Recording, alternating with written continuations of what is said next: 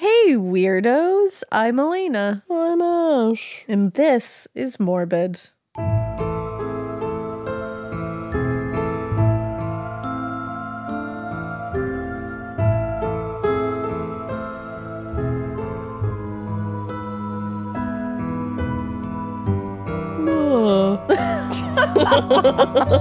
Sorry, I don't know. That was a great addition. I liked it. What if I just responded to everything you said today with That would be... I don't know if that would be encouraging or if it would be... I feel like probably lightly not. frightening later. We should pause because your mail truck just got here and your dog's gonna go fucking nuts. I think I like this little life. I love doing that to Drew just randomly because he fucking hates I also it. hate that. I think it's so funny. I do love seeing people do it to their dogs, though. Have you seen that? Yes. Like, people just like laughing. And the dog's like, what the fuck? I will fight you. No, Drew will just be like saying something that like we have to do, and I'll be like, okay. I think I like this God, little that was life. horrifying. He hates it so much. He's like, stop! I hate that as well. I'm with Drew. Sometimes I'll just go up into his ear and do it. Oh, that's terrible. I'm a Look at terrorist. Mikey's like, assault. Assault and battery. It's a lot to live with me, but he chose it. He did. He chose this little life. Full circ. Full circ. So hey, guess what? There's a sequel to The Butcher and the Wren called The Butcher Game. Wrote it! I read some of it. She's ready to go. She's coming out September 17th. Mark your fucking calendars. You can pre-order it now. And pre-orders are awesome. They help me out a lot. So if you want to do it, that's great. If you can't, you want to wait until September, that's fine too. Do what you want. Do what you want to do, okay? But pre-orders are great. And Barnes & Noble has a 25% off on The Butcher Game if you use the code ButcherGame25. I love coupons. Butcher Game 25, and it goes through September. So if you want to wait a little while to pre-order, that's cool too, man. You can still use that 25% off at Barnes & Noble or get it anywhere else you want to get a book. Wow. Okay? This is deeply exciting because one, This is deeply I exciting. love books. Two, I love you. Oh my God. Three, I love coupons. Did I say that already? Coops I don't and know. discounts. I'm just really excited about this all. I'm also excited. I think I like this little life. I think I like this little life. But you guys have been awesome. And also, like, you're just really great. And you are really being kind and supportive. And I appreciate you. And if you're not, I'll come and find you. But like everybody Just is. kidding. But you like, I put out like that little video and I was like, I'm actually getting like kind of emotional. I'm not even kidding. And you she guys doesn't made do me that, you guys. emotional. You've been so kind, so supportive, so wonderful. And I appreciate you. And it's because of you that this gets to keep happening. So thanks a lot. I appreciate it. And go pre-order it if you want to. It's long and it's gnarly. So it's everything you could ever want, you know? Party. But you know what is not everything that you could ever want? I know exactly what is not everything I could ever want. Ed Gein. Yeah. Ed Gein is really nothing you could ever want or need or fathom or conceive of, really. Yeah, exactly. And I know these episodes are pretty gnarly. So if you need a palate cleanser, you can also go over to the Rewatcher. We've been having a lot of fun over there. I love that show. We literally laugh so hard that we get that like scratchy throat kind of thing that happens. Last week's episode, I think it's last week's at this point. I think. And the darkness. The darkness. You should just go listen. We were crying laughing. Crying. So go if you need a little palate cleanser, but you still want to hang out with us, which we hope you do. Come on over to the Rewatcher. It's getting funny over there. And if you've never watched the show, that's okay. Exactly. You just watch it as you go, go. There you go. In the darkness. And the darkness was the angel. So if you need a palate cleanser, head on over there. But we are at the conclusion of the Gein saga. Oh. And we got through the worst of it, I would say. Okay. This is really the wrap up. This is what happened afterwards. This is kind of where he fits into the kind of pop culture at this point, how that evolved. I told you all the terrible stuff the last episode. That was for sure the heaviest one, which is why we needed a little bit of a breather for this one. When we last left you, he had been found and caught and was not super forthcoming about what was happening. Every once in a while he would spill his guts a little bit, but he was pretty tight-lipped. But that led to a lot of people speculating. There was lots of cannibalism, necrophilia talk, all these rumors. None of them were substantiated at the time. They were just rumors because of the macabre and very ghoulish reality of that house and what they found. They weren't really going very far to find these rumors. It was just kind of naturally occurring out of this because no one had ever seen anything like this before. And probably never did again. Yeah, I mean, this is a very... And I think that's why this case, and I'll talk about it later, but I think that's why this case is so enduring. It's because it's just, what the fuck? It's like... all over the place. What the fuck? And especially at this time and period, it's like, 50s. This was like, what the fuck? And in the Midwest, it's like, you know, America's heartland. In so this it's tiny like, little town where nothing ever happens. Tiny little town, and everybody knew this guy. That was the other thing. It's not like this, and it wasn't the weirdo that no one ever talked to and no one knew anything about him. They knew everything about this guy. Yeah. They grew up with him. Right. He babysat their kids. Stop that. Jesus. Stop telling you that. I know, I can't help Stop it. But as these rumors of cannibalism and necrophilia are spreading like wildfire, investigators were working very diligently in an attempt to get just a little bit of the truth, or as close to the truth as they could, from Ed himself. During his initial interrogation, he had a lot of trouble remembering things, or so he said, and he frequently struggled to answer questions. But in the days that followed that, he was becoming a little more forthcoming, at least as far as the grave robbing was concerned. Okay. At first, they weren't getting a lot out of him about that, but he started to open up more. Also, while he didn't seem like he was being particularly, like, boastful or proud of what he'd done, like, he wasn't like, oh, yeah, like, this is what I did. Right. Guys. He also didn't have any remorse. Like, he wasn't sitting there, like, being, like, crying and being like, I can't believe I did this. I'm so ashamed. He was by no means being prideful about it, but there was no emotion attached to it. So he's just very matter of a fact. Very just, this is what I did. Wow. Like, it was just very robotic. That's interesting. Yeah. And he spoke about his quote-unquote collecting in a very matter-of-fact way. And that's what he called it? His collecting. Okay. Yeah. What a fucking way to describe just very that. detached. Like, very detached, very, like, I'm not really understanding why everyone's freaking out here kind of thing. Ed confirmed that to the best of his recollections, he had taken the bodies from the cemetery and had used various organs and pieces of the bodies to make trophy items. And he explained that sometimes he would open the grave and take the entire body home, while other times he would just take parts of what he wanted and then rebury the casket in the same night. Okay. Imagine. No. Your loved one being dissected in their casket in the middle of the night by this guy. No, that's horrifying. And then the casket is just shut, reburied, and you have no idea what he took from them. And that's the thing, you think about all the people that went to go visit their loved ones having no idea that their graves were even disturbed. That they're an incomplete set of remains. Yeah. And what we'll find out later is, like, we still don't really know who, like, they weren't able to put everyone back. That's to so completion. sad. Yeah, and although they had already endured hours in the Gein house, followed by many more hours talking to Ed and considering his crimes, none of the investigators were at all prepared for any kind of explanation for why he did this, to be honest, after all they'd seen and been through. But based on the state of things at the Gein farm, investigators had assumed that the explanation was that he had taken the body parts and skeletons simply as trophies to be displayed and, you know, like, just so he could look at them, like, use them as art, kind of his own weird macabre art. That's what they were assuming. Yeah. They were like, we're really not ready for any kind of explanation here, and, like, none of them make sense, but we're assuming that's what it is. But the truth was actually much more upsetting. Mm-hmm. When they asked whether he had ever worn the masks made out of human skin that was literally filleted off of people's skulls, Ed replied, that I did. He just said, that I did. That I did. What the fuck? But that wasn't the only thing that he did. Can you imagine being the person that had to interview him? Yeah. Like, sit in a room with this man?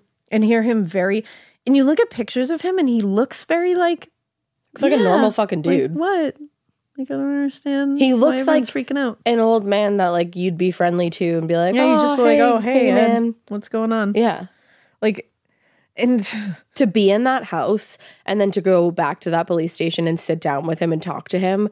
I don't know. Again, we were saying like, I don't know how you get over being in that house. Yeah. I don't know how you get over talking to Ed Gein. how do you reconcile those two things together? Like, how do you sit in that room and be like, you're the guy? I don't know. Like, I don't know how the human brain is capable of what honestly, it is sometimes. it's like really wild. And then to think about, like, he had like what, like 9 masks made out of women's faces that he had skinned off of their skulls. And these were recently deceased women. Right. Like, that's the thing that he knew in a lot of cases. Yeah, because in he would scan the obituaries, you said, right? And he would know the names. He would have interacted with them before. And then he's wearing their faces, some with makeup on still. That's wild. And like, imagine being these loved ones of these women, finding out that this man was wearing your mom, your sister, your grandmother's face. That's a nightmare. Around his house. That's like beyond a nightmare.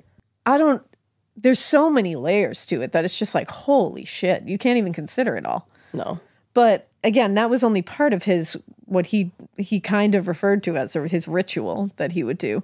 He had made an entire skin suit from women's bodies and hair and would often wear the suit. And he said on warmer nights, he would wear it while wandering around in and outside the house on his property. What? Thinking about that visual, like a bright moon, this just like decomposing farm that like nature is reclaiming, acres and acres and acres of land, like just in the middle no of fucking light, nowhere. but that moonlight, trees like reaching over, and he's walking around in a human skin suit that he made from bodies of women he murdered and dug up in the cemetery. Also imagine and sewed together. Knowing that you lived close to him and that like you were just like you think like, what was I doing in my house I just miles away? Reading a book while he was wandering around his property in dead women's skins? It's like, did he babysit my kid that night? It's like, did he just go home after babysitting and do that? Also, what the fuck possesses another human being to make a skin suit and walk around in it? Like, what the actual fuck? And that's why you also know that you are not working with a sane human being here. No, by no means. There is a lot wrong here. There's layers and layers of darkness happening here. There's not even a word for what this is. There really isn't. There really isn't. And it's honestly inconceivable, and no one really understood it until the man died. We still don't understand it. We're still like you can point to many things that occurred in his life and know that it's a wild and horrifying concoction of some of the worst shit, of course, you could think of. But then you think that other people turn into this. It's like, how did that intersection happen? Because other people have a similar experience to what Ed had, and it's awful. It does not take away from the fact that it's fucking horrible and it's essentially child abuse, in my opinion. Oh, 100%. Like, you can't isolate your child, and absolutely, like, it's a lot. Yeah, and there was abuse. Like, it was like, I mean, like she neglected the other, Henry, and she was mean. Exactly, she was awful to them. But so many other people have probably gone through similar things and don't do this. That's the thing, and it's like, so, and you just don't know what's the thing that makes a person go that way. That's why I'm like, is it? And obviously, this is just like thinking out loud. Like, we don't know what we're talking about. But it's like, is it brain chemistry that is the I feel kind like of that's the straw gotta be that part breaks of the it. camel's back kind of thing? Like, it's like your unique brain chemistry. Either you go one way or you go this myriad of different ways. Like, yeah, I don't know when we'll know. I don't know if we'll know. I mean, it's so complex. It's not the same thing, but it's like, why do some people like certain music and other people fucking hate that music? It's true. You know what I mean? Does it have something to do with like some unique brain chemistry that it takes, this perfect storm of trauma and abuse to turn that chemistry a certain way, you know? Yeah. Like, is it... Well, and I definitely think part of it is what you're exposed to or what you expose yourself to. For and sure. I think, and this is just my opinion, I think those magazines that he was reading, they fed whatever this darkness was. 100%. Yeah, I fully agree with And that. could possibly have changed his brain in some way. Yeah, it absolutely could. And he gives a little bit of insight into some times that he personally, which obviously he's a very unreliable historian of his own life, but he points to one in particular instance, which is interesting. But I do agree with you that I think he fed himself. His loneliness and his isolation was one thing. And he was isolated, felt lonely, just, grief from his mother dying, the fucked up way he was raised, whatever happened with Henry, his brother, which we're all still up in the air here. Are we? But kind of seems like there was something there. And it's and then he's feeding himself nothing but violent, fantastical. And these aren't these aren't all fiction. It's not like he's sitting there reading horror books. You know what I mean? That's whatever. You're just this is horror. literally Nazi. He's reading the worst shit that real human beings are, the atrocities that are being committed against other human beings. You know what I mean? And he's looking at it and being that sounds interesting. He's inspired and something by I want to try. That's the thing. It's that's where the road diverges. The disconnect, here. Yeah. He's not just reading horror books or something like that, or, it being I like to be scared. That's fun. Yeah. That's a totally different brain chemistry. But to look at the real atrocities that human beings are committing against each other and saying, well, that sounds fun. Right. That's when it's you're feeding a darkness that was already there. Yes. Yeah. So that's what he was doing. So people around that farm just going about their business while that's happening. God. When asked why some of these body parts that they found in the house had been painted or embellished, some had been salted. We talked about, one of the vulvas was covered in salt. Yeah. That's part of where that rumor probably came from of cannibalism. Yeah. But he explained he had simply been trying to find effective ways of preserving them. I was going to ask that. Yeah, that was my associate. But in the 50s especially, people when in Plainfield, when you hunt, they have no fucking clue. When you hunt, don't you pack it in salt or something? I think so, at least. Well, it makes sense. I mean, salt is a preservative. So. Yeah. And that's what they used to do, way back when. Yeah, so. Exactly. But Ed seemed to have no reservations about confessing to some of the most shocking crimes imaginable. He was strangely less forthcoming and cooperative when it came to the murders of Mary Hogan and Bernice Worden. Interesting. Following a polygraph exam, he confessed to killing Hogan and Worden, but he did so very reluctantly. And only after it was pointed out that there was a veritable mountain of evidence pointing to his guilt. They were you literally can't get out of it. You have to wonder, or at least I'm wondering, if that's because his religious upbringing explicitly says thou shalt not kill. Yeah. And obviously thou shalt not do all those other horrific, heinous things. But it doesn't explicitly say all that. But I feel that packed a different kind of meaning for him, that he was a murderer. Yeah, and I think he looked at the other things as but from the way he seemed to talk about it was these women were dead. Right. What were they doing with that stuff? I need it. Right. Kind of thing. You know what I mean? He looked at it from a very detached, they didn't need it anymore. Why is this a problem? Maybe it's weird to you, but right. It's not bad what I did. Which is that's fucked. Really fucked. Incredibly fucked, but I think that's what it was. I think that's that he where didn't his think brain... he was wrong for that. No, I think he was sure, maybe you find me gross or weird, but I didn't do anything wrong. It's a dead person. What do you mean? Which no, that is wrong. Of course I can make art out of their flesh. And it's no. And then when it comes to murder, though, he knows that's bad. Everyone knows he that's knows bad. That's illegal. He knows morally that's wrong, and he's preaching morals all over the place. And his mom was always screaming morals at him, which she had a very skewed fucking view of morality. And we'll get to that in a minute too. We'll find another instance where it's Augusta. Really? But not another one. Yeah, but yeah, I think you're right. I think it's murder was something he just knew was wrong. Exactly. So he knew by admitting to that, he was admitting. Also, he probably thought he was admitting in front of technically his mom. Yeah, the ultimate sin. He had sin. done the ultimate sin. Right. So as for the other crimes that he was suspected of, a spokesperson for the crime lab indicated they had not made any determinations as of yet, like meaning they didn't know if he was a cannibal. They didn't know if he was a necrophiliac. Yeah. The press was told an avalanche of physical evidence has been recovered, which will take weeks and possibly months to completely evaluate and process. But based on his responses during the polygraph examinations, because they brought up the cannibalism, they brought up the necrophilia, they also brought up the several people that had gone missing in the like we had talked about, like Evelyn Hartley, Georgia Weckler, like all those cases that were kind of open and strange. They brought those up. And investigators after the polygraph were reasonably confident that Gein had nothing to do with the disappearances of Evelyn Hartley, Georgia Weckler, or any of the young women who had gone missing over the years.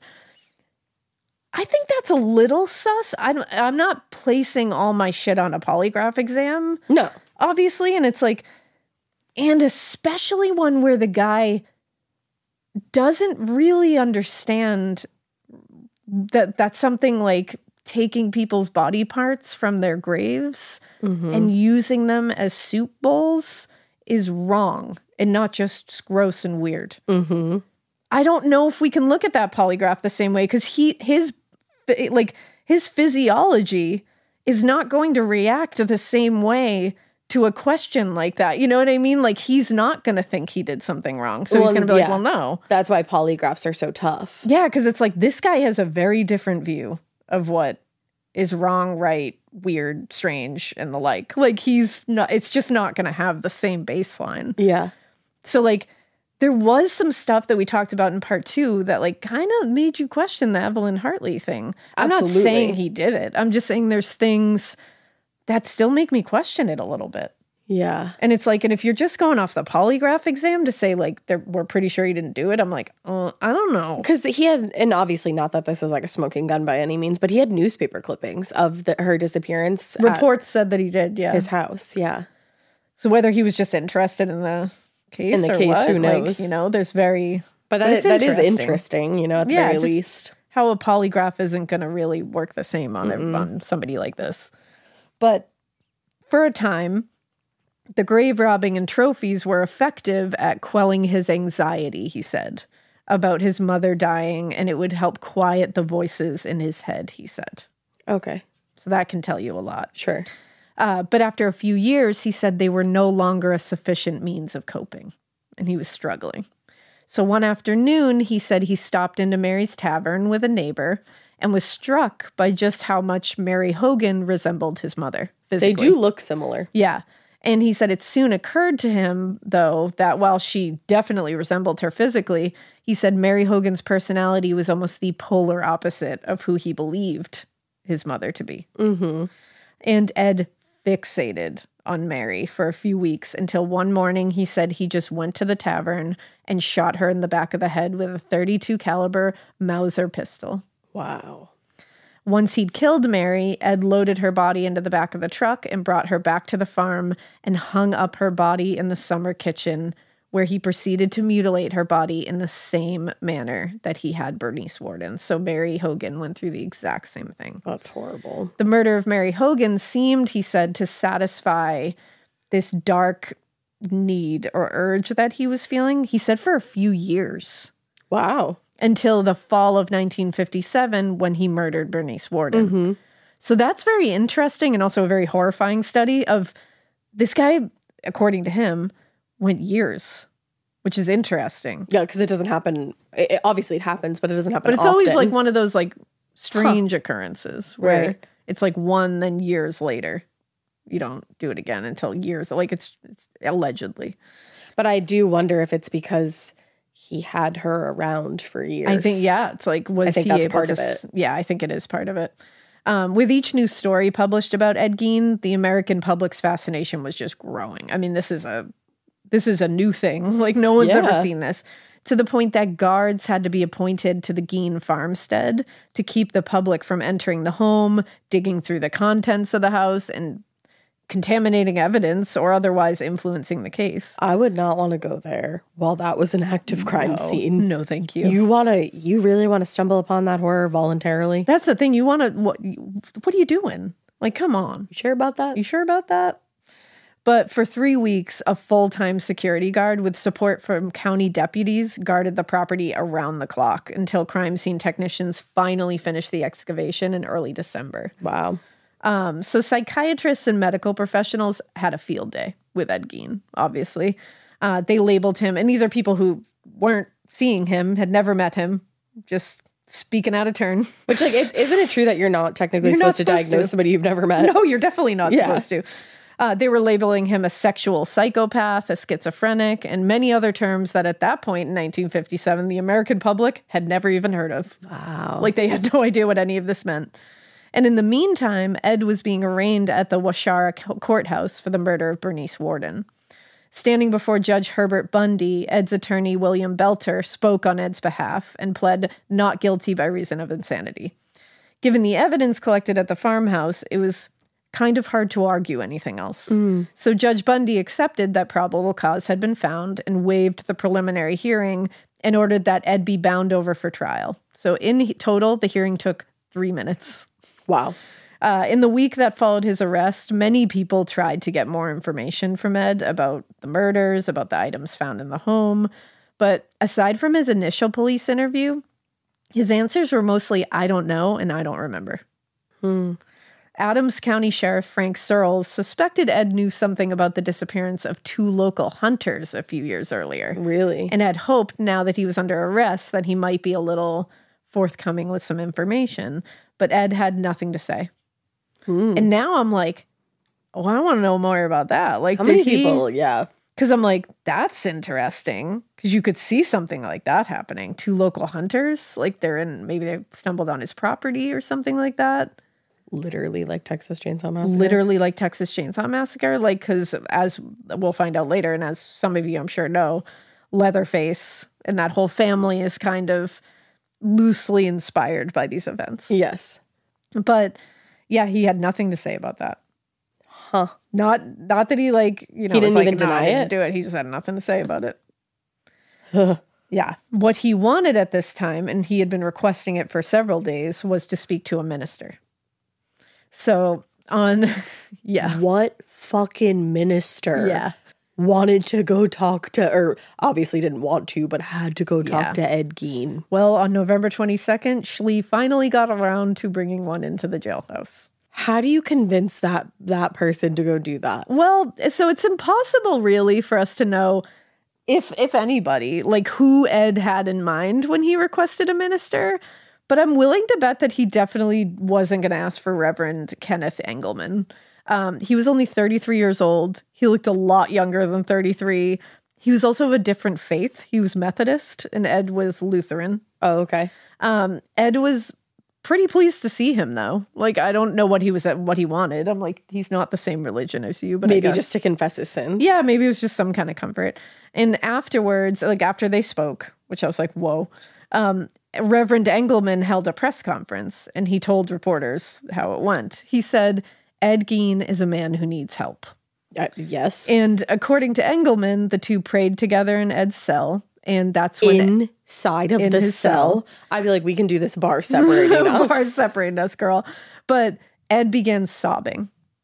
And he said he was, quote, sorry for himself for having gotten in trouble. And then he said, a reporter, so you hear that and you're like, so you're just sorry you got caught. Yeah, fuck that. And it's like, you weren't even trying to pretend that you were crying for something else. That's what makes me think, like, he has no idea. What's right and wrong. No idea. He's just like, or that, like, he's just detached. He's totally detached from this. Yeah, because obviously he knows, like, just like the fact he knows that right and wrong. Right, of course. But, like, he just doesn't see it the same. Like, this is not a man who is looking at things the same way that you or I am. Like, you know what I mean? Like, this is, and he's just outwardly being like, I'm just really sad that I got in trouble, you know? What the fuck? And so reporters asked him whether he expressed sorrow for the persons he had injured. And Engelman said, no. He never did. Wow. He never expressed sorrow or remorse for any of it. Which is so fucking monstrous. So beyond. And if that was your family member, you would want 5 minutes in that cell. Oh, it would be on site. I'd be like, let's go. Like, this would be like, yeah. finish him. But you'd also be terrified. You'd be like obviously anybody who what murders is somebody this, is a monster, but Ed Gein goes so far beyond monster. In a completely, like, you can't comprehend him. No, and I keep saying there's just no words. It's indescribable what he did and how he reacted to what he did. Yeah, and even he doesn't seem to fully, like, he points to things that he thinks is the reason, and it's like, I think he holds those as his reasons, and it's like, okay, like, what? Yeah. But you just think of, it's hard to, like, grasp it all at once because there's so much in this that you're just like, I can't conceive of this. Mm-hmm. But you just have to think of this man sitting in this house, which he's boarded off his mother's bedroom as like a shrine. And he's sitting in just like filth and surrounded by dead bodies, decapitated heads and body parts all day and all night. That man is closing his eyes in a bed where full articulated skeletons are attached to the bed. I don't know what to say. This doesn't seem real. That's why when movies were made later, cinema magic. Because it's just like, that's not real. And then you think about it and you're like, oh my God, that's real. Yeah. Like, that's real shit. That's so inconceivable. You think of these things, like, he's just going to bed surrounded by death. It's one of those things where you would read it in a book or like see it in a movie and say, that's too much. And you'd be like, wow, no what one an would imagination. Like, no, it is real. Oh, it's and just wild. the fact that he had no remorse. None. No sorrow and no remorse. Himself. Just for himself. Now, while the press clamored for any scrap of news they could publish on the story, and he was called at one point the Ghoul Slayer, which I was like, I don't know about that. That's silly. I don't know about that. District Attorney Earl Kylene and Ed's attorney were locked in an increasingly public battle over how the case should proceed in the legal sense. Having entered a plea of not guilty by reason of insanity, William Belter was pushing hard for Ed to be examined by a private psychiatrist as soon as possible. I can understand that. Yeah, so because he said the defense, in order to have any evidence of value, must obtain it now. And while this was all while Ed was still willing to talk. This guy would shut down at a moment's notice. So they were like, we got to get this going now. While he remembers it, while it's fresh, while we can at least try to get him talking. Like, if he goes silent, we're not going to get anything. And obviously, like, you don't want it to benefit the defense because, like, I don't think there's any chance that this guy would have walked. He just would have gone to, like, a mental facility, like a hospital. But it would also be helpful for law enforcement and like the FBI and just agencies like that to start understanding what we're looking for here. What's this profile? What's happening in this brain? Like what is in his past that triggered certain things that he's done, even if just to help like people who profile or anything. Honestly, it's like you need this. And Belter told reporters the important question is whether Ed Gein is insane now, not 3, 5, or 10 years from now, which is true. Yeah. But Kylene, on the other hand, was pushing for a speedy trial. He just wanted to push it through. Now, Gein appeared before Judge Bundy a few weeks later, and this time Kylene had changed his stance and actually shocked spectators when, after Ed entered a second plea of not guilty by reason of insanity, the district attorney recommended that he be evaluated by psychiatrists at the Central State Hospital before proceeding with the trial. Wow. So he's now changed his tune to be like, we should have this guy looked at. I wonder how much, say, like, family members got in that. I wonder, too, because I doubt a lot, to be honest. Probably not back then. And honestly, this was a politically risky stance he took. Yeah. Because according to Schechter, most people felt hospitalization would be tantamount to him getting away with murder, especially in the 50s. You can understand why people would feel that way. People thought back it was then. just going to be him getting away with it. Well, and there was no mental health awareness whatsoever. No. So Kylene couldn't ignore the fact that what they'd seen at the Gein farm was well outside the bounds of sanity. Like, he was like, I can't pretend that this is sane, what we saw. No. Like, there's got to be something here, And he said, I don't know whether a person in his right mind would do that sort of thing or not. And then and that's what he conceded. He was like, I guess we've seen bad people do bad things, but like, this is kind of outside the scope of that. So I don't know. And I'm glad he kind of like went this way because he's like, I can't say whether this is sane or insane behavior. And like, I think a psychiatrist needs to tell us. Like, none of us can determine this. Well, the judge agreed and ordered the examination. Now, there was no question that Ed had murdered Mary Hogan and Bernice Worden. He would be punished for those crimes. But the other bodies found at the farm presented a larger problem for the district attorney. Specifically, where were the additional victims that Ed simply refused to take responsibility for? Like, we don't even know who everybody is in this house. And we need to return people back to where they were resting. Although he had already explained that the bodies and body parts discovered in the house were taken from graves, few people in Plainfield, including some in law enforcement, found it plausible that meek little Ed Gein had the wherewithal or the strength to dig up all those bodies. A lot of people thought he killed more people.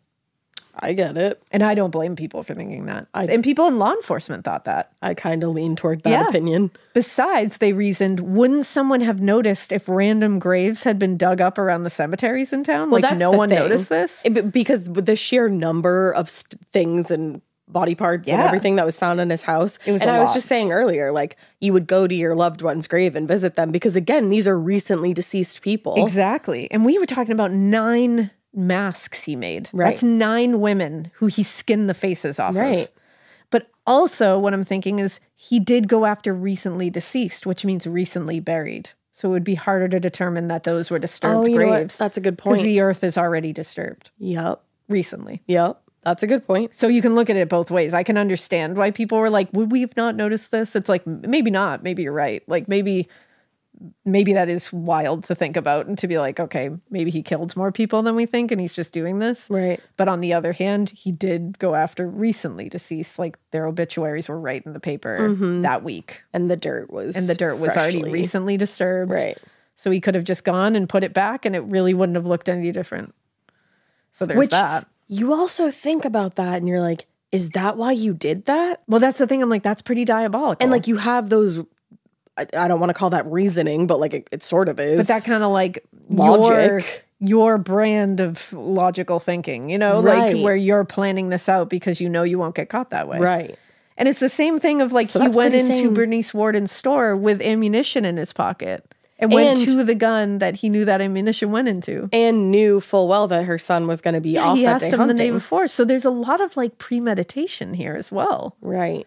But there's also a lot of insanity. So it's like, that's why it is necessary to get him looked at by a psychiatrist, because none of this makes sense. None of it correlates. But in this case, though, the only way to be sure the bodies at the farm weren't additional murder victims was to get Ed to identify the bodies at the house and disinter the caskets and confirm that they were missing from their plots. And did they tried to do that? Well, the thing was, Washara County was in relative like financial strait. Like, they weren't doing great. It's not like they had all this money to throw around. It was a small community. It wasn't like, you know, very wealthy. A lot of equipment needed. And the Gein investigation and trial threatened to eat up a huge amount of the county's budget in the prosecution of the Hogan and Worden cases alone. So the idea of adding 8 to 10 at least disinterments to the price tag and the cost of processing any additional evidence, it seemed unwise and a little, from what their point of view at the time, they felt it was unnecessary. Okay. Also, it was the dead of winter. So the process was going to be a lot more difficult and a lot more expensive if it was even possible to do at that time of the season. Because the ground is frozen. It's frozen. Still, when Ed was arrested, Kylene vowed to the public that he would do everything in his power to ensure that Ed would never walk the streets again. And given his recent agreement to the psychiatric evaluation, he needed something to offset the appearance that he was going soft on the case now. Because people in Plainfield wanted this guy gone, like done, which I can't say I blame him. No. But he's now looking at it from an inside perspective, seeing all the evidence that everybody's not seeing, seeing the interviews, seeing all this stuff. That's why he's gone to this, like, he should be evaluated. Yeah. But that also opens up the possibility that he could walk the streets again. He could be let out of a psychiatric facility when he is deemed sane. And that's terrifying. The fear. Yeah, and that's the fear. Because how do you reform that? And he's vowing to the public he'll never walk the streets again. But now he's saying he does need a psychiatric evaluation. He might need to be in a hospital. So it's like he's really teetering.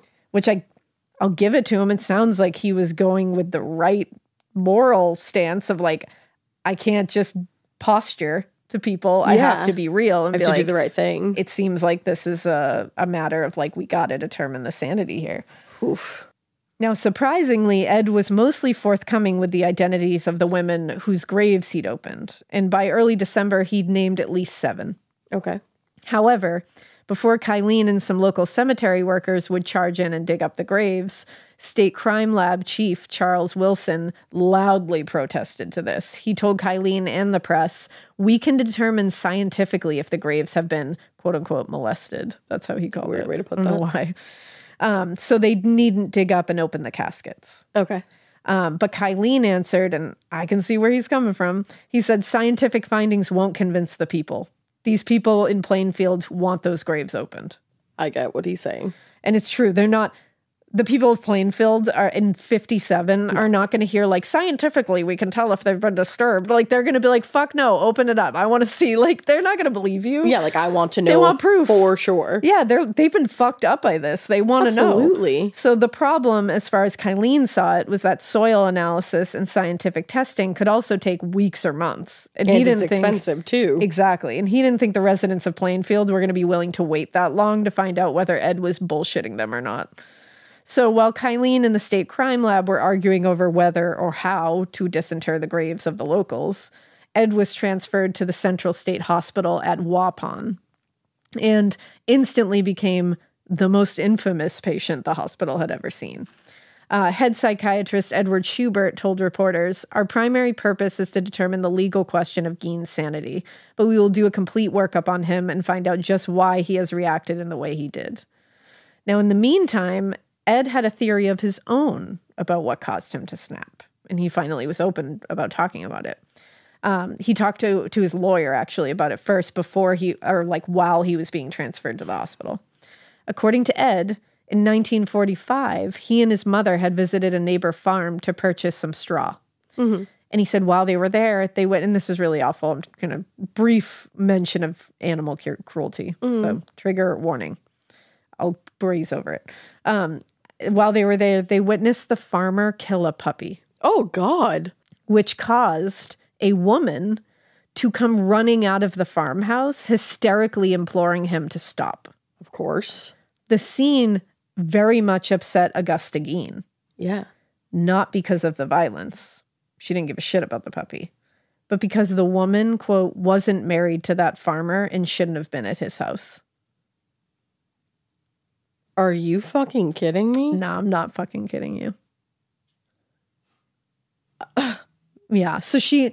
What? And that's what you tell your kid? Miss Augusta Gein. Like, that's what you tell your kid to gather from that situation? Miss Augusta Gein watched a man violently kill a puppy and was upset because a woman who got upset about it wasn't married to that farmer and shouldn't have been in his house. Also, you don't know why the fuck fault. she's there in the first place. And also, gets so fucked, Augusta. Like, are you kidding me? What? Yeah. What? Yeah. It was the farmer's immorality and wickedness, Ed claimed, that because the woman's immorality and wickedness that Ed claimed had caused his mother's second stroke and eventually her death, which led to his unbearable loneliness and drove him to violence. What? Yeah. What? Yeah. What? Yes. Yeah. What? Yep. Make it make sense. I will not. There's no way. I cannot. That I cannot do. Nope. Yeah, that's how broken that is up there. What the fuck, dude? He said that with his whole chest, that's what led him to do this. You have to wonder what other instances they ran into as a duo. As a duo, and, yeah. And Augusta was like, that one's wrong too. Like, what? And you would think with that, when you first hear the beginning of the story, you're like, oh my God, he watched like a farmer like hurt a puppy. Like, that's fucked up. That's gonna stay with like you. Really stay with you. No, it's not that. I thought you were going to say he was like fucked up and like got excited that had happened. He breezed over that. Although there was something he also said, and this is really gross as well. I'm just going to breeze over it because I think it's important to at least mention. He said when he was like 8 years old, right, like really young, he walked into a shed on the farm and saw his mother and his father like preparing, I think it was a pig. Okay. Which they had like cut open. Like it's pretty horrific. Yeah. Essentially they're like, it was like hanging like Bernice and Mary were. And he said it excited him to watch that happen. So there's another quick little insight into that mind of his at a very young age. That's the thing. He was so young when that happened. Did you just say 8? I think he was around 8. He was somewhere around that age, like very young. What the fuck? So that leads you to believe like you're already like something innately is fucked up in you. And you're just seeing too much. And you're being exposed to a lot of big ideas. Stuff, you know, so it's like God only knows what Augusta was saying. Yeah, it's true. So that's interesting. So Ed's explanation is very obviously like the delusional justifications of a very broken mind. Like that is weird. Like, no, I don't think that works, Ed. But his self-diagnosis did reveal something about his actual motive, which is from the moment Ed was born, Augusta Gein had done everything she could to impart to him her belief that women's wickedness was responsible for all the world's problems. It was women's wickedness.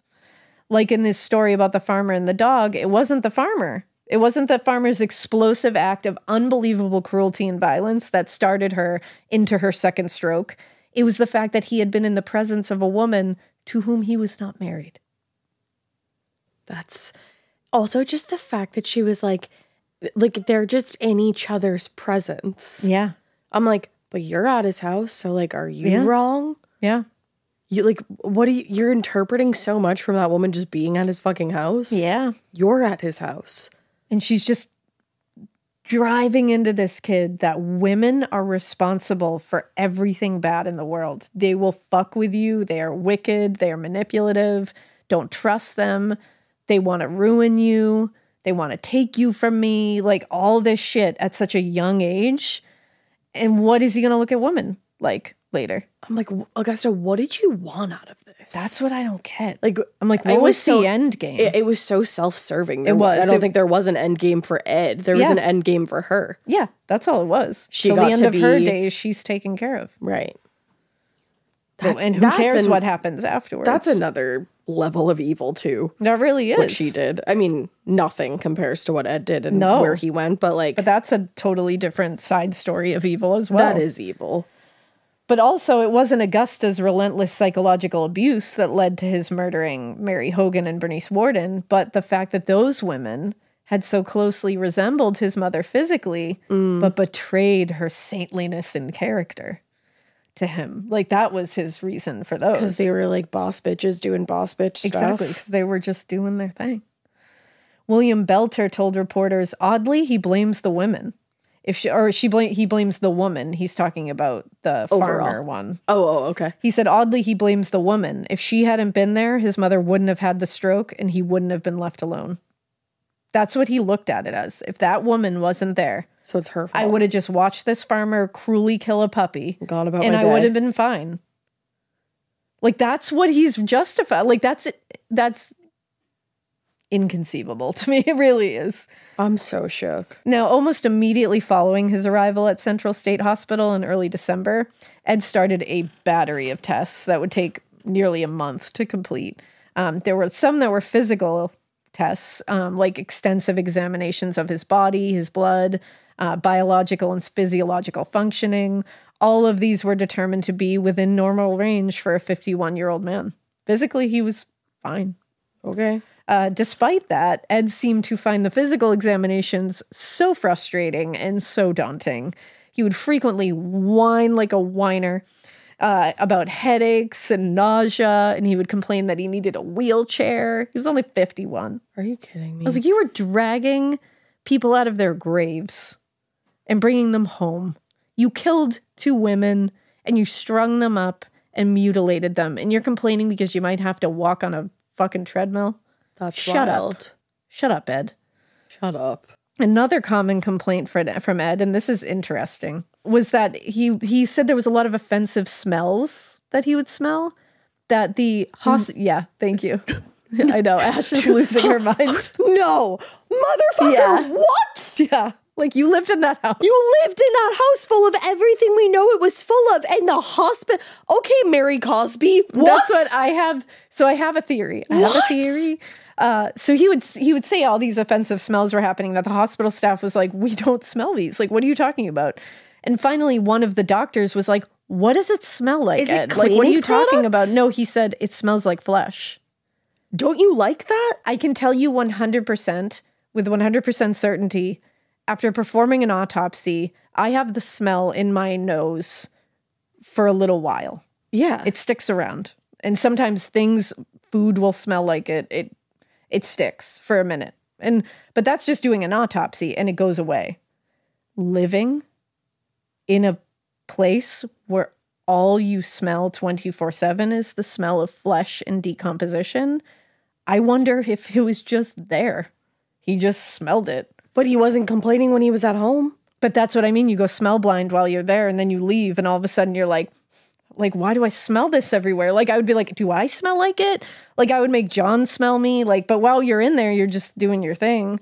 And I'm obviously saying in autopsies. So I'm imagining in his home, he would not really notice it because he's there all the time. What? But then he's going to this place that's clean and like probably smells like cleaning products and other things like that, like clinically clean. I'm like, maybe And he doesn't he's like the smelling smell that of a smell. sterile environment, though. And I think it's triggering. I think that smell is stuck in, because I don't know, this was right after. So it's like, I don't think that was the case for the rest of his life, that he would smell these foul smells all the time. I think it was like, maybe he was still just smelling what he was living in for the last however many years. That's bonkers to me. I truly, like, I see what you're saying, and I definitely think that could be it, because I haven't had that experience. But I fucking wonder if that guy just didn't like the smell of clean. But he said it smells like flesh. That's what he was saying? No, they literally, a doctor said, Ed, what does it smell like? And he said, it smells like flesh. What the fuck? And that man knew what that smelled like. He wasn't confusing cleaning products for that. No, and you sat in your house and like, that's what I did mean. nobody say to him, Ed, you don't think your fucking house smells like flesh? Well, then I'm wondering, I'm like, this is a hospital environment. They've done autopsies. They've all been through gross anatomy. They've smelled body smells. Sure. I wonder if they're like, that's it. Like, you're probably smelling what you smell when you're around it. That is. And you're coming out of that environment now and it's stuck in your nose. This just gets more fucked up as we go. It's real fucked up. What? But yeah, so and also I want you to picture like being a doctor and like this guy just keeps complaining about the bad smells and you're like, Ed, what does it smell like? And he just says, it smells like flesh.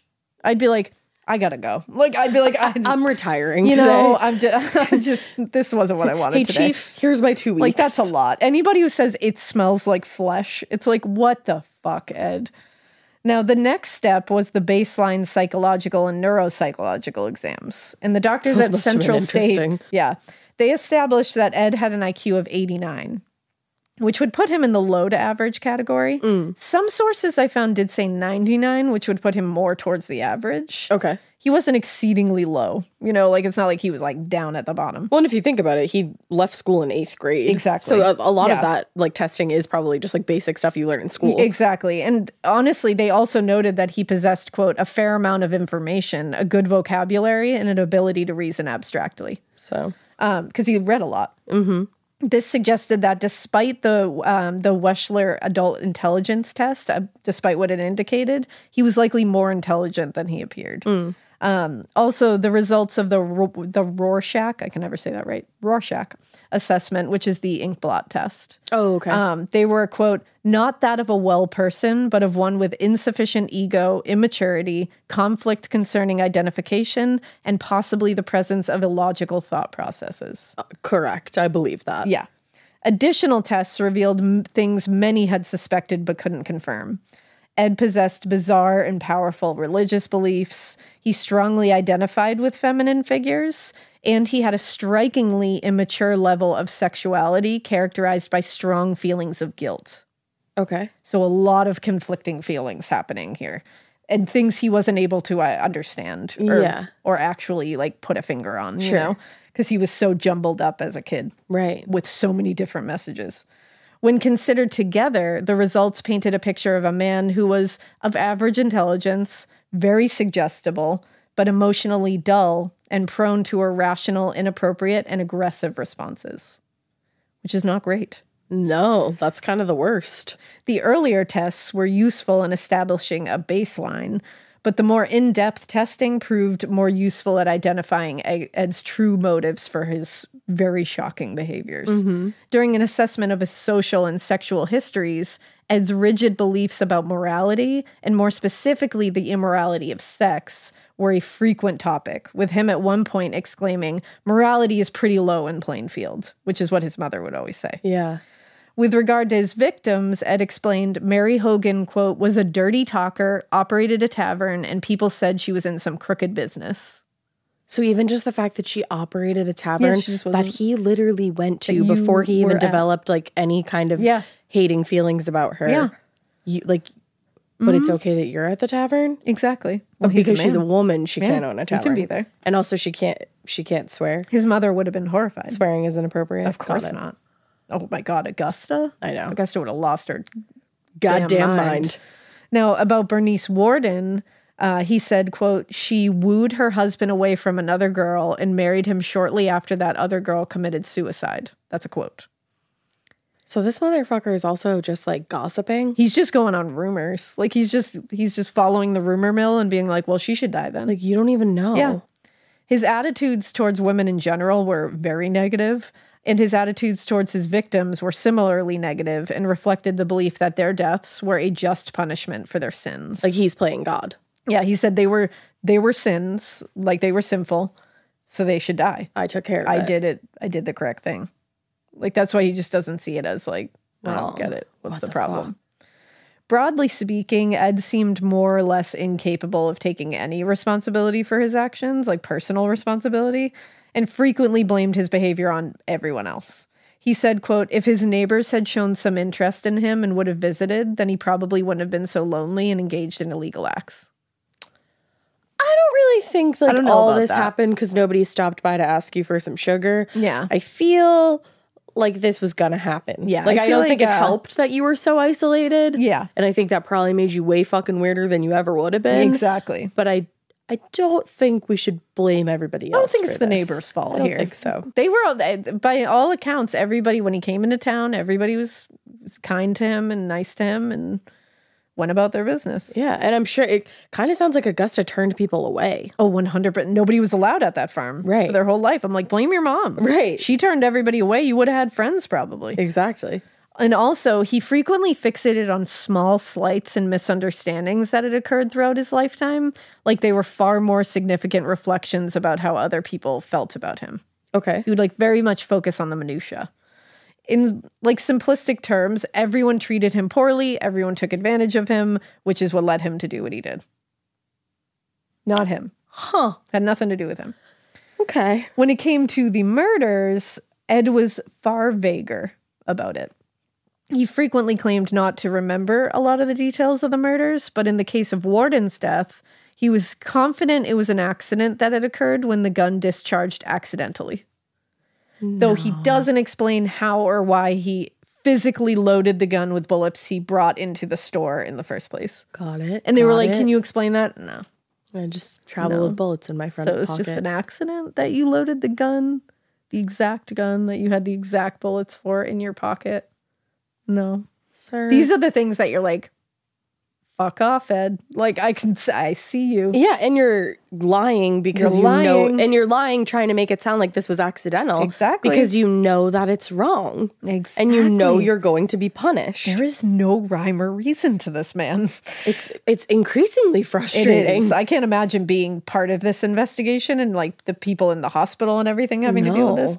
Also, he claimed not to remember loading Bernice's body onto the truck or returning to the farm, but he didn't deny having killed her or mutilated her body. Mm-hmm. So he admitted that.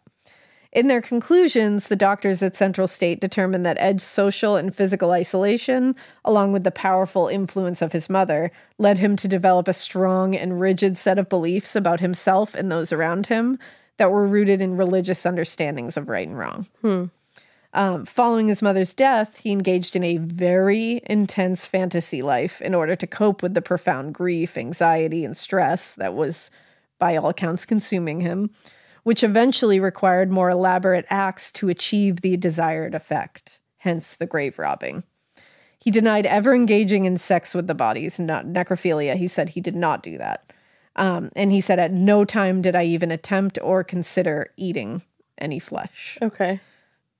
As far as his tendency to forget details of the more emotionally charged situations, Dr. Schubert suggested it was kind of a, quote, self-serving amnesia. Yeah. Engaged to help him cope with the more unacceptable acts, such as murder. Kind of like what you said about, I think he just kind of like feigns amnesia because it's like a self-preservation technique that like his brain is just kind of doing for him, where he knows those are unacceptable. So he's like, I don't remember. He has housewives amnesia. There you go.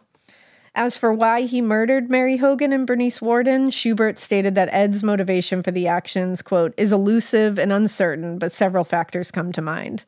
Hostility, sex, and a desire for a substitute for his mother in the form of a replica or body that could be kept indefinitely. But in support of this theory, Schubert pointed to Ed's frequent comments about the bodies being like dolls. That's how he would refer to them, and how he was often comforted by their presence. So when we talk about this man went to sleep with like skeletons attached to his bedpost, see it like that. He was comforted by all of that.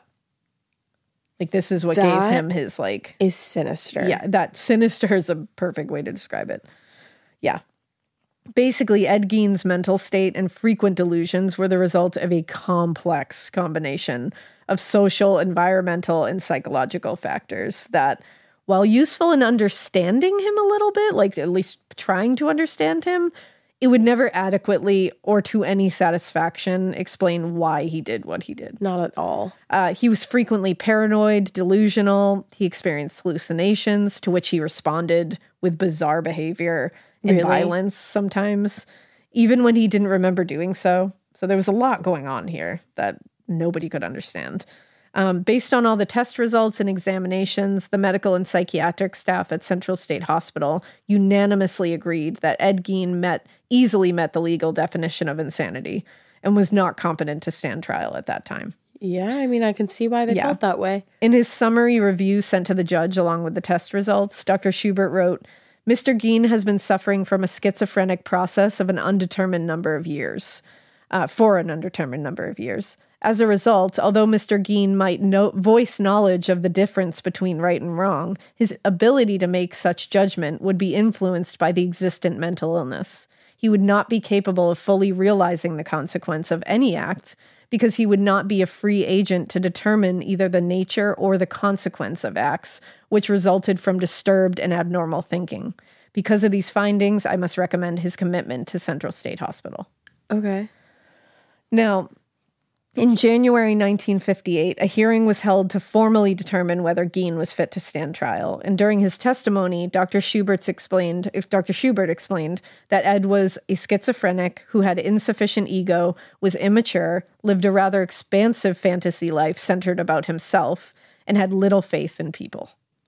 Yeah, it sounds right on the money. Schubert believed Gein's illness had been chronic, and he had been experiencing symptoms for at least the last 12 years. And because he was unable to give a chronological account of his life and the events related to his crimes, he was not able to participate in his defense, making him incompetent to stand trial. So to the people of Plainfield, the determination seemed preposterous. I can also understand that. They were outraged that Ed appeared to be getting off with a light sentence from what they saw. Like, especially with a lack of understanding of mental health and everything that goes along with it, especially during that time, I would also be upset. Like, you have to consider the fact that these people are not necessarily well educated and don't have all the resources about these kinds of things. And like you said, some of the things that they were talking about, like the diagnoses, these people had never heard of. Like never even heard the word. The American people. I'm not saying because they're like in a small town, they don't know. No, literally like America. That's what I'm saying. Yeah, like so it's like you can understand why they'd be like, I feel like this is a fucking cop-out. Yeah, exactly. They were pissed. And this was ghoulish. This was horrible. This was a nightmare. And these were people that, because again, a small community, people they loved and respected. Exactly. And knew forever. Warden's was like an institution. Right. Like Bernice Warden and Mary Hogan as well. Like that was, everyone went to that tavern. Places. But Bernice Warden, it was like, that was an institution, that hardware store. Right. Like she was named Citizen of the Week, like everybody knew her. Yeah. And people were even more outraged because they were like, we've known him our entire lives for the most part. Like everyone in that town had known him forever. And they're like, I never saw anything. And they were like, yeah, he's odd. And they said like sometimes, and they referred to him as like simple, quote unquote. Yeah, which is not They cool. said he hardly seemed to be what they termed psychotic. Well, because now all of a sudden he's having these violent outbursts and hallucinations. Like, we let him babysit our children. He wasn't having these violent outbursts. Do you think some of them were potentially like put on? I wonder. Or do you think it was all the stress that he was under? Because that could start it too. I can see both of those being the case for sure. But I could easily see him play acting this whole thing and kind of manipulating everybody, or I can see that it's just he snapped when you're put under stress and like it all that. Started coming out. But you do, I mean, as a citizen of that town and seeing him your whole life and letting him babysit your kid, and he was fine. Mm-hmm. I'd be like, I don't fucking think so. So I can understand why they're like, this sucks. Yeah. But of course, on the flip side of that, in 1958, few people outside of the medical and psychiatric community even knew what schizophrenia was. Right, like we were just much less how it could manifest. Right. So no matter how well it was explained to them, they most likely would never believe Ed had a very serious and extremely complicated mental illness. It was just too much to tell everybody what it was. Yeah. Like that nobody's going to get it. Right. Because it's the first time they've ever even heard it. It's too complex. And there's not like a ton of research or... Yeah, they can't just call a town hall and be like, let me explain schizophrenia to you and like how it manifests, why this is so complex, why these behaviors might make sense. They're like, we're still learning about this. Yeah. But regardless of how the townspeople felt, Judge Bundy accepted the recommendation of Schubert and the other doctors at Central State Hospital, and Ed was sent back to the hospital where he could stay for the next 10 years. Now, although it may have appeared as though Ed Gein was, quote unquote, evading justice by being confined to the state hospital, State Attorney General Stuart Honeck assured Wisconsinites, quote, upon his recovery, if that should occur, the defendant may still be brought to trial. So they were like, he's not just going to be let out. If he is found to have recovered and is found to be sane, he will go on trial. Okay. So while that was probably little comfort to the friends and families of the victims at the time or the residents of Plainfield, that day did eventually come. In February of 1968, when Ed was found to be competent to stand trial for the murders of Bernice Warden and Mary Hogan. In recent years, Ed had become a model patient at the hospital and had shown considerable improvement since his arrival, even to the point of holding a job at the hospital's lapidary. Lapidary? What is that? And it's relating to stone and gems and the work involving engraving, cutting, or polishing them. So, like, he was making rings and shit? So he was like, I think it was more like engravings and stone and stuff. I don't want that. I mean, who does, really? No one. But he was doing it. He was holding a job there. Huh. And a hospital spokesperson said, quote, he seems content to live day by day. We've never had the least bit of trouble with him. Kind of not dope that he gets to be content living day by day. Kind of not dope. Kind of not dope. That's a great way to describe kind of fucking shitty. I think that's a good blanket statement for what happened here, which kind of not dope. Like, you just get to be content after you killed two question mark people. So you know what? Super not dope. And I'm saying like question mark two. Like, yeah, like is there more? Not. Yeah, at least two and possibly your brother. Yeah. Now, despite Glad being... you're content though, sorry. Yeah, it's fine. You're content to live day by day. Despite being found competent to stand trial, Schubert was emphatic that Ed Gein was still profoundly mentally ill. Correct. And was unlikely to improve any more than he had in the time since he arrived. He said, quote, I doubt if Mr. Gein will ever change. And truly, with the horrific discovery now a decade behind everyone, most people around Plainfield would just as soon have left it in the past. Like, they didn't want to relive this all over again. But Ed had spent 10 years locked in a psychiatric facility without ever having stood trial for the crimes that put him in there. And as far as he was concerned, as Ed was concerned, he wanted his day in court. Huh. He thought he was going to talk himself out of this one? Yeah, I was like, do you really want your day in court?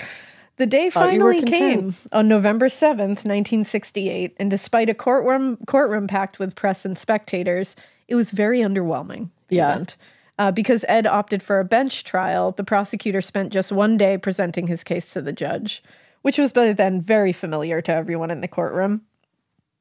And the defense spent just a few days more to present their case of not guilty by reason of insanity. It was as though everyone was simply just like kind of going through the motions to kind of satisfy Gein's right to a fair trial. Like, we're just going to go through this. On November 14th, 1968, Ed was found guilty of murder, after which the second phase of the trial to determine his sanity at the time of the murder began. This, too, was over in a very short amount of time, with the judge returning his conclusion that he was insane after 2 days of testimony from psychiatrists at Central State Hospital. Based on the findings, Ed Gein was returned to Central State Hospital, where he would remain institutionalized until he was deemed sane and no longer posed a threat to society. Although this technically meant, like I said, it was possible that Ed could be released back into the community, and he did, in fact, petition for this in 1974. The fuck he did. That man petitioned to be let back out. Kind of not dope. Yeah, definitely not dope. Given the extent of his crimes and their effect on the community, there was no real chance of him ever being released from the hospital. I'm like, who the fuck signed that petition? So Gein returned to Central State Hospital, where he remained until the facility was converted into a correctional facility in 1978. From there, he was transferred to Mendota State Hospital, where he spent the days working, watching TV, reading books and magazines. Just chilling. Just as he had for the previous 2 decades. Ed remained a model patient, never caused any problems for the staff, was never violent, never did anything really wrong in the in the hospital. And Ed Gein died of respiratory failure on July 26, 1984, at the age of 77. I did not realize for some reason that he lived to the 80s. Yeah, to the 80s. And he was 77, and he was buried in an unmarked plot in the Plainfield Cemetery. Wow. Now, I mean, I guess when you think about it, like, I was just so annoyed that he got to, like, read books and watch TV. Course. You can also do those things in prison. That's true. I just thought that to myself. I was like, really, what's the difference? It's true. Exactly. He's just getting treated at the same time. And yeah, I don't know. But in March 1958, the Gein farm became the property of the county. That was in 58, by the way. We're going back for a minute. Okay. So I just said that like we were still in 1958. No, it's okay. But in 1958, like in case you were wondering what happened to the farm. Yeah, it was. It became the property of the county and the local auction company, the Farm Sales Service of Reedsburg. They were contracted to auction the property and the land off. Can you imagine having that place be your responsibility? No, thank you. Like, fuck. But prior to the auction, the Farm Sales Service of Reedsburg tried to cash in on the notoriety of the case by charging 50 cents to anyone who wanted to do a tour of the property and buildings before they were sold off. Had it been, like, cleaned up yet? Yeah, I mean, as much Who as knows? it could, I suppose. Huh. I'm not really sure what kind of crime scene cleanup they had back then, but probably wasn't that advanced. But already exhausted and frustrated by the overwhelming attention the case was drawing, the residents of Plainfield vehemently objected to the admission fee, and a judge quickly shut down the company's attempt to, quote, make the house a museum for the morbid. And I was like, hey, We didn't weren't ask there. for that. We did not ask for that. We did not want to do that. Wow. A few weeks later, the auction of the property and remaining contents of the house. The fuck did that house contain? Whatever was left. It was held and drew more than 20,000 spectators. What? Which I can see the like morbid curiosity of wanting to see like who buys this thing. Like I can understand like just being like, what's going to happen here? I can at least understand the morbid curiosity of that, like wanting to see who this goes to. I see like both sides of it. For me, I wouldn't want to touch that with a 10-foot Oh, I feel like it's got such bad energy in there. That's the thing. I'm such an energy human. There was an arson fire that occurred on the property. a week before the auction. You trying to burn that energy into the air? Yeah, it's apparently. It destroyed much of the main house, actually.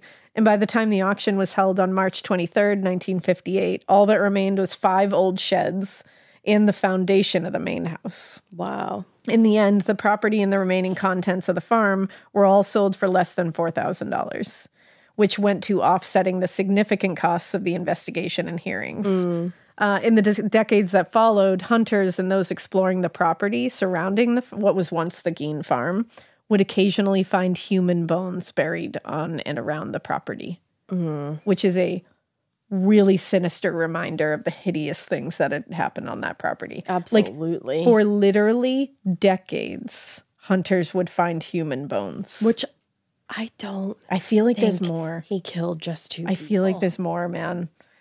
Although his crimes were truly bizarre and shocking, it's possible the story of Ed Gein would have kind of faded out into history with the passage of time. I mean, it's a long time ago. Maybe.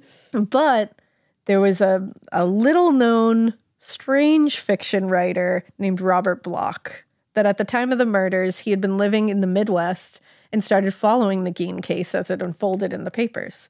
The story eventually became the basis for Bloch's 1959 novel, Psycho. Huh.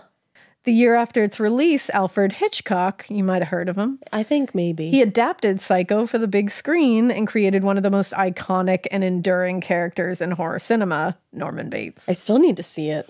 Despite being an amalgamation of a few different characters, Gein would become synonymous with the character of Norman Bates in the years that followed. And his, ghoulish acts would live on in horror cinema, most notably in 1974's Texas Chainsaw Massacre, 1991's Silence of the Lambs, and 2001's House of a Thousand Corpses. Oh, I didn't realize that was also. Yeah. No, especially the name alone. Yeah. You could call the Gein farm House of a Thousand Corpses. Seriously. Ed Gein was not the first American murderer to capture the public's imagination, but his crimes were so bizarre and so ghoulish and so beyond anything we'd ever seen before that they definitely left a massive mark on the American psyche and inspired an interest in crime and criminal behavior that really is what we have today. Like, this is because think about it, the psychology aspect of this case was so huge. Yeah, absolutely. That really took off.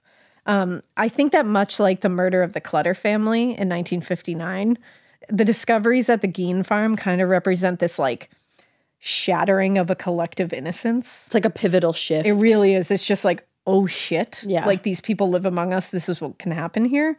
And it was these were such brutal and hideous crimes, and they happened in what was America's heartland. And they were committed by a mild-mannered handyman and sometimes babysitter. I wish you would stop. And if they can happen in the American heartland, they can happen anywhere. And no one is ever going to be safe again. Is that where you're ending it? And that's where You crazy girl. No, but it really was like, this was the moment when everybody said, no one's safe. Yeah, absolutely. Like, where can we go in this country that, like, if it can happen here, it can happen anywhere. You got to lock your doors. You got to, be watching over your shoulder. It's so scary. This case gives me nightmares. Ed Gein, and I think the case is so well known and it's been covered so many times, but it's like, when you really hear all the nitty gritty, you learn something new. There's a lot more to it. I learned a lot, and I've heard coverage of this before. Obviously, like I think I said in the beginning, not a ton. Like, I've listened to a couple podcasts, but even still, I learned a lot with your coverage. Thanks, Dave's. I don't know if I'm better for it. Dave was a real one with this one. I know, Dave. It was a journey. It's probably. It's like, sorry, a poor man. What we put him through. I know. He's voluntarily. He's here. Okay, he loves us. He's here, and we love him. And he loves us. And Dave's it's fine. listening right now, being like, not this much. He's like, I don't love you guys at all. Shut up, both of you. Oh my god. Yeah. So that's the Ed Gein case. Well, I'll be coming at you next with something pretty morbid. There we go. So that's the name of the show. That's the name of the game. That's the name of the game. And since no one's safe again, we hope that you keep listening. We hope you keep it weird. I need like an ice cream or something. Get an ice cream. I need like, I don't know, I need a cocktail.